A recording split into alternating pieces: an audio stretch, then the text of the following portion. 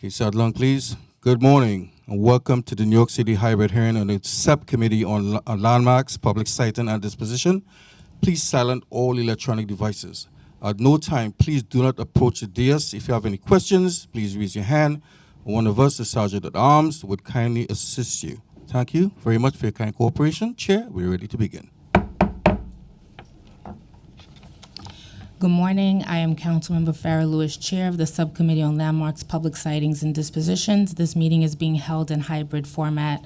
I am joined today by my colleagues, Councilmembers De La Rosa, Ung, and Nurse. Before we begin today's agenda, I will remind members of the public who wish to testify remotely that we ask you to register online, and you may do that now by visiting www.council.nyc.gov/landuse to sign up. If you have already registered but have not yet signed into Zoom, please do so now and remain signed in until you have testified. For anyone wishing to submit written testimony on the items being heard today, we ask that you please send it via email to landusetestimony@council.nyc.gov. Please indicate the LU number and or project name in the subject line of your email. Today, we will hold public hearings on 6 individual landmark designations in various locations of the Bronx, Manhattan, and Queens, as well as a request for disposition approval for an HPD site in Manhattan. I now open the public hearing on the pre-considered LU item under application number G230036XAM, an HPD proposal related to the 506 West 135th Street ANCP project in Councilmember Abreu's district in Manhattan. We are joined today by representatives of HPD, including Nina Pasniak, how do you pronounce it? Pasanchak, Deputy Director of ANCP, and Stephen Erdman, all right, Executive Director of Homeownership and Shared Equity, and available for Q&A as needed. We will also have, on behalf of MHANY Management, Inc., Shantanu, thank you, Project Manager, and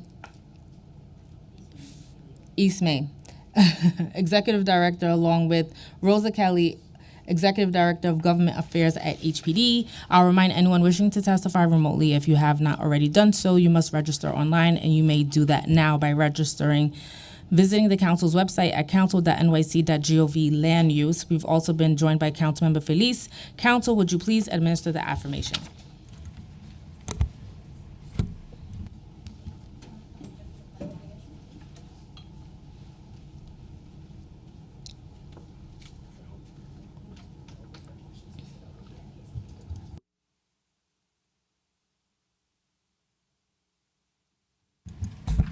Panelists, would you please raise your right hand and state your name for the record?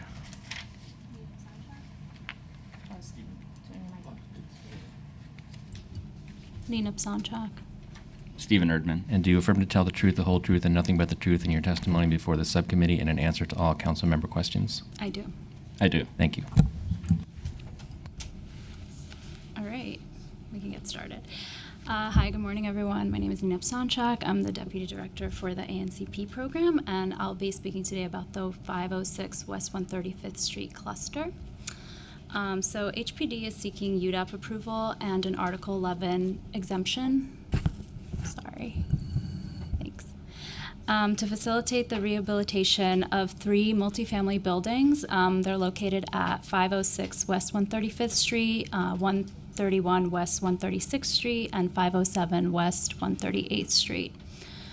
These are city-owned, occupied properties that were originally managed by the Tenant Interim Lease Program. They'll be rehabilitated in collaboration with sponsor Mutual Housing Association of New York, or MANI, and the architect for these 3 buildings will be RKTB Architects. So upon construction and cooperative conversion, each of these properties will be conveyed to a newly formed Housing Development Fund Corporation, or HDFC co-op, thus creating new homeownership opportunities for low and moderate income households. Flip to the next slide. Okay, so like I said, these properties will be rehabbed through ANCP. Our program finances the gut renovation of city-owned properties that have been managed by the TIL program. In terms of financing, we anticipate that the construction for this project will be financed mostly with city subsidy. State grant funding will also be available through the Affordable Homeownership AHC program, sorry, I forgot the acronym, and a private lender will be selected to finance part of the construction loan. At co-op conversion, the HPD financing will convert to a no-interest 40-year enforcement mortgage, and we use this to ensure that co-op boards comply with affordability restrictions set in HPD's regulatory agreement. After 40 years, a co-op's shareholders can opt to pay off the HPD mortgage and exit the regulatory agreement. We anticipate that the private construction loan on this project will be fully paid through the sales proceeds from apartment sales, meaning there will not be any private permanent debt for the buildings in this cluster. And in terms of the requirements to successfully convert to a co-op, 80% of the existing residents of each building will need to attend co-op trainings, remain current on rent payments throughout construction, and finally sign purchase agreements to confirm their commitment to becoming owners. Let's flip to the next slide. Okay, so a little more about this cluster. It's made up of 3 buildings. And once completed, the 3 buildings will generate 63 new homeownership units. 48 of those units are occupied by longtime residents, and they'll need to be temporarily relocated during construction. 15 of the units are vacant, and they'll be sold to first-time homeowners through Housing Connect. There are no commercial spaces in this cluster, and as you can see in this bottom table here, most of the rehabbed units will be 2- and 3-bedroom apartments with a handful of 4-bedroom units and 1 1-bedroom apartment.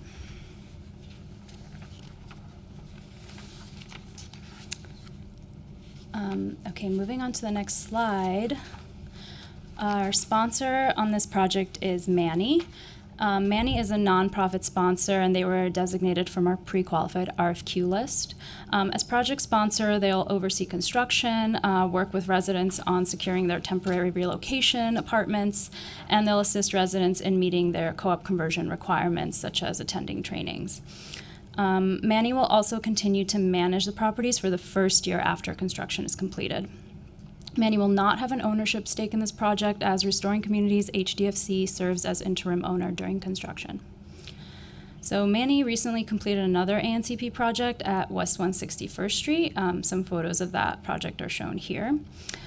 So they have experience with ANCP projects, and they've been very engaged in explaining program details to all the residents and what residents can expect at every step of the project. Moving on to the scope of work. So these 3 buildings will go through gut renovations. They'll receive all new efficient building systems, modern safety features, facade improvements, and new apartment interiors, among other things. ANC projects also follow UFAS accessibility guidelines, so 5% of units at each building will be accessible for mobility impaired households, and 2% will have improvements for hearing and visually impaired households. Our program requires that 80% of residents sign off on proposed layouts of their apartments. So since the start of this project, RKTB architects have been engaged with residents, meeting with them to review their unit layouts at each building, and also presenting residents with a couple of options for in-unit materials and common area designs. Okay, speaking more about affordability restrictions. So in terms of sales prices, I'm sorry, this is on the next slide. The 48 existing households in this project will purchase their units for a maximum of $2,500, with many of the households qualifying for a lower purchase price of $250. Existing households will not be applying for personal home mortgages. 50 new households that will be selected through the housing lottery. These will be qualifying households, so in order to be approved to purchase, they'll have to meet income and asset restrictions, and they will have to be first-time homeowners. Purchase prices will be set so that a family earning 80 to 100% of AMI won't be paying more than a third of their income toward housing costs. Housing costs for new purchasers would include their personal mortgage payments, monthly co-op maintenance, and utilities. So at the bottom of this slide, we show the current household incomes at 80 to 100% AMI for a family of 3. Okay, moving on to the next slide on the monthly maintenance payments. The monthly maintenance charges will be the same for existing and new households. They vary only based on apartment size. So maintenance will be set at a level affordable to 40% of AMI households, which equates to about $1,000 to $1,500 a month. Maintenance payments will go to each co-op to cover operating expenses and fund healthy reserves. For this project, since we anticipate there won't be any private permanent debt, maintenance collected will not go toward monthly debt service payments. For existing households earning below 40% AMI, Section 8 vouchers are available to cover a portion of the maintenance so that their housing costs do not exceed a third of their income. Per the regulatory agreement and to ensure the long-term financial health of each co-op, the boards will be responsible for increasing the maintenance annually by 2%. Okay, so finally, where we are at with this project, we're in pre-development. We're on track to close on the construction loan in this fiscal year, so before July 1st. Most of the design approvals are complete, and we've been engaging with residents closely and continue to do so. So here is a timeline of our resident engagement so far. Manny is currently finalizing general contractor selection and private construction lender selection, and in the coming months we'll be seeking OMB and HPD credit committee approvals. So thank you all for your consideration of this project, and we can open it up to questions. Thanks. Thank you. I'd like to recognize if any of my colleagues have any questions. Nope. You? Questions? I do have, it's not a question, just a comment. We had the pleasure of coming to a walkthrough. Thank you. I think Rosa organized that there she goes. Organized that a few months ago. And I think the key issue that we had was mobility. In one of the buildings, there were stairs, but there was a mobility unit, which didn't make any sense. So as you guys are designing, constructing, and confirming the project, you may want to consider putting a ramp if the building needs it. All right. The applicant panel is now excused. Council, are there any members of the public who wish to testify? Just as a reminder for anyone with us in the room today wishing to testify on this item, please come forward, fill out a speaker card, and submit it to the sergeants.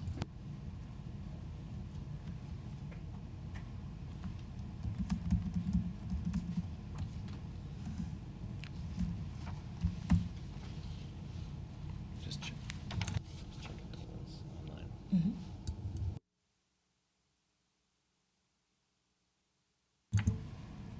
Okay, it appears we have no one seeking to testify with us today, and we do not have anyone registered online to testify, Madam Chair. Being that there are no members of the public who wish to testify, we're going to move forward.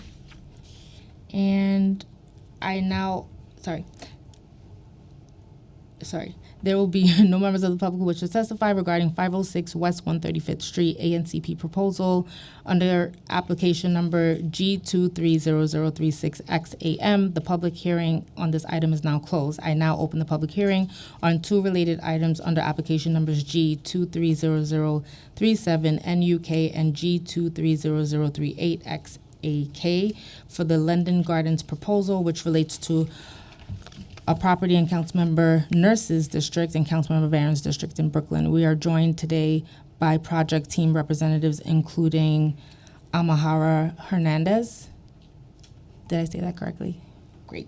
She's the Brooklyn Borough Planner at HPD, Meredith McNair, Community Planner for Cypress Hills Local Development Corporation, and Shean Dow Glasgow. Yes. Okay. From RKTB Architects, and are available for questions as needed. We'll also have Luz Torres, Project Manager, Division of New Construction Finance at HPD, and Ryan Morazo, Director of the Open Door Program at HPD. You guys are here? All right. And Rosa Kelly, again, Executive Director of Government Affairs at HPD. I'll remind anyone wishing to testify remotely, if you have not done so already, you must register online, and you may do that now by visiting the council's website at council.nyc.gov/land use. Council, would you please administer the affirmation? Panelists, as you settle in, when ready, please state your name for the record and raise your right hand.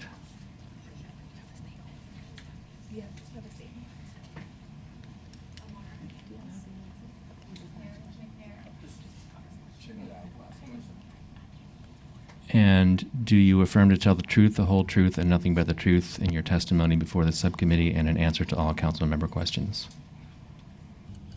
Yes. Yes. I do. Thank you. You may begin.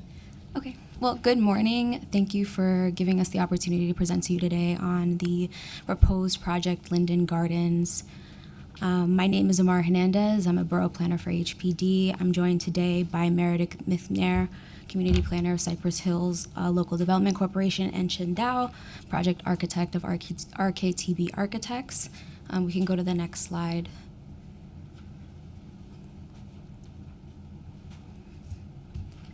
The proposed Linden Gardens project is comprised of small scattered sites currently on vacant, underutilized lots in East New York. The project sponsors are Manny Management Incorporated and Cypress Hills Local Development Corp., and they were designated through the HPD NIHOP NCP RFQ that was released in 2016. The goal of this RFQ was to develop some of our difficult sites that are smaller or regular and to contextually infill buildings. And this project aims to do that, to beautify the neighborhoods by filling those gaps and furthering neighborhood safety and security and improving the overall streetscape. This project would include the construction of 12 new buildings with approximately 37 affordable cooperative homeownership units developed under HPD's Open Door program. And the requested project approvals include UDAA designation and project approval, the approval and disposition of 10 city-owned lots, and an Article 11 tax exemption of 12 sites, 10 of which are city-owned and 2 that are privately owned. Go on to the next slide, please. As briefly discussed in the previous slide, the project sponsors are Manny and Cypress Hills, so I'm just going to pass it off to Meredith to talk a bit about their development team and their partnership. So Cypress Hills Local Development Corporation has been serving the Cypress Hills, East New York community for 40 years now.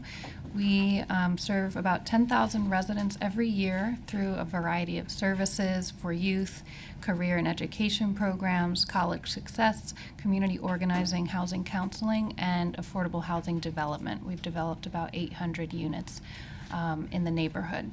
We are partnering with Manny Management, another nonprofit developer that's been around for nearly 40 years.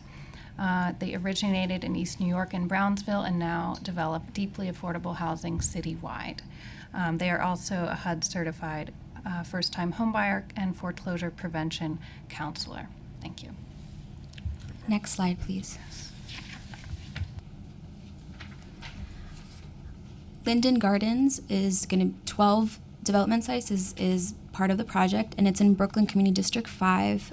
When you're looking at the map, you'll see that 4 sites are located in City Council District 37, 8 sites are located in City Council District 42, and the cluster sites fall within R5, R5B, and R6 zoning districts. Next slide, please.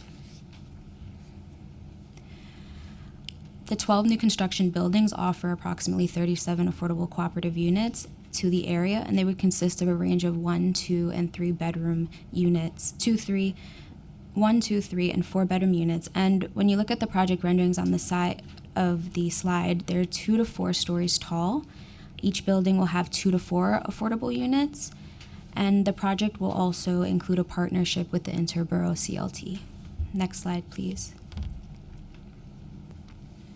The current proposed unit mix for the entire project includes 15 units at 60% AMI, 14 units at 70% AMI, and 8 units at 80% AMI. And as the slide notes, approximately 79% of units would be affordable to households earning up to 70% AMI, which would include a 3-person household with an annual income up to a little over $88,000. Approximately 41% of those units would be affordable to households earning up to 60% AMI, which would include a 3-person household with an annual income up to a little over $76,000. And in addition to the deep affordability being offered by the project, over 80% of the total units would be family-size units, 2 to 3 and 4 bedrooms, and 16% would offer 3 to 4 bedrooms. Next slide, please. On this slide, we see a chart that you can see the percentage of units that fall within the HPD sales price ranges compared to market comparisons of the same size in the area. This project is offering home ownership well under market sales prices in the area, offering families wealth building opportunities while still maintaining affordability to subsequent buyers. All units would be bound by regulatory agreement at the time of closing that would dictate the level and length of affordability. All units will be marketed through HPD's Housing Connect 2.0, and people will be able to apply through that site as well. In addition, there would be a 50% preference for local community residents living in zip codes that make up the community district. This proposed development is very unique. Our team is very excited for the affordable home ownership opportunities that would be brought to the area with this project. Thank you for your time and consideration. Turn it back to you. Thank you. I'm going to call Councilwoman Nurse now. Thanks, Chair. Just wanted to express my overall support for this project. We love Manny. Thanks for the work you do in our district and in the 42nd, and really excited about this. I just, separate from that, I'm really excited about the affordability opportunity, the land trust opportunity, the opportunity to pull this out of the private market, these land parcels. So definitely supportive. At large, I still remain deeply disappointed about the lack of 3 bedrooms in most projects that come across my desk, because the reality of the families in my district are we need to be able to put children of different sexes in different rooms by law. So this really restricts the number of families that I think, for 4 units that have 3 bedrooms, 2 that have 4. I say this to every project, so it's not personal. It's just I'm evangelical at this point, and just hoping we can ramp up those numbers in the future, but overall supportive of the project. Thank you, Chair. Thank you, Councilmember. Are there any other of our colleagues that have questions on this project? Perfect. All right, thank you. The applicant panel is now excused. Council, are there any members of the public who wish to testify on this item? And once again, for anyone in the room with us today wishing to testify on this item, please step forward, fill out a speaker card, and submit it to the Sergeant at Arms. Okay, and we'll just check with the online registrations to make sure that no one is logged on there either. Okay, it appears we have no witnesses signed up to testify either in person or online, Chair. Thank you.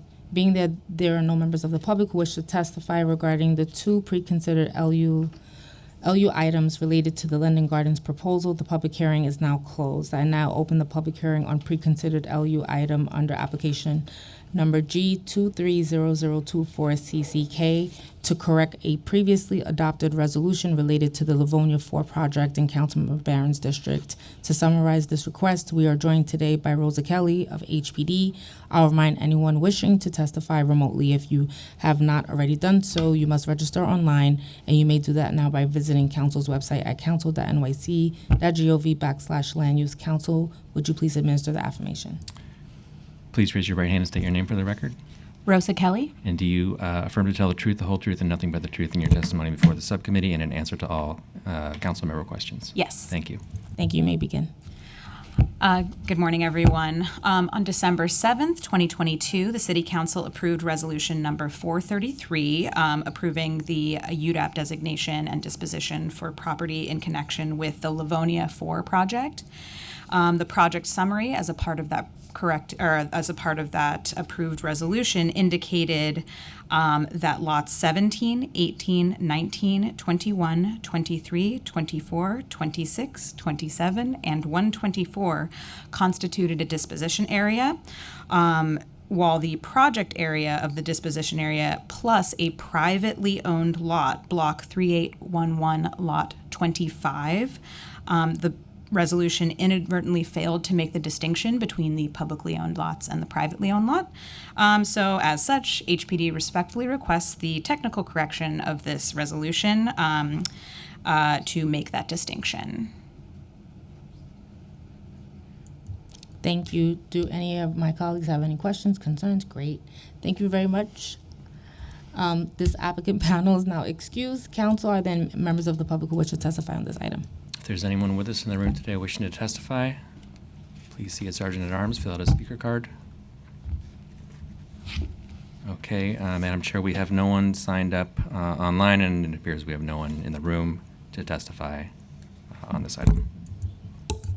Being there are no members of the public who wish to testify regarding pre-considered LU number application G230035CCK for the Livonia 4 technical correction request, the public hearing on this item is now closed. Now we will vote on a number of LPC designations that were heard last month, along with the HPD item related to Livonia 4 that was just heard today. And I'll take this last opportunity to recognize any of my colleagues that have any questions or remarks. As a reminder, LPC designations includes Fire Alarm Telegraph Bureau, Bronx, Central Brooklyn, Fire Alarm Telegraph Bureau, Bronx Central Office, Bronx Opera House, and Firehouse for Engine Company 88 and Ladder Company 38.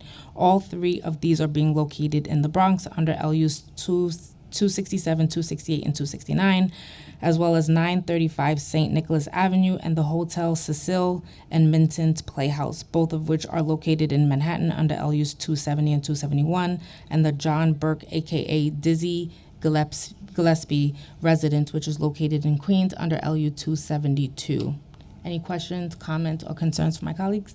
Great. I now call for a vote to approve the pre-considered HPD item heard today regarding the previously approved Livonia 4 project under application number G230035CCK, along with LUs 267 through 272 for the 6 individual LPC designations. Council, please call the roll. Chair Lewis. I vote aye. Councilmember Feliz. Aye. Congratulations to my colleagues on bringing home ownership to their district. Councilmember De La Rosa. Aye. Councilmember Nurse. I vote aye. Councilmember Ung. Aye. Okay, Chair, by a vote of 5 in the affirmative, 0 in the negative, and no abstentions, the items are approved and recommended to the full Land Use Committee. Thank you. That concludes today's business. I would like to thank the members of the public, my colleagues, subcommittee, council, land use staff, and Sergeant at Arms for your participation today. This meeting is hereby adjourned.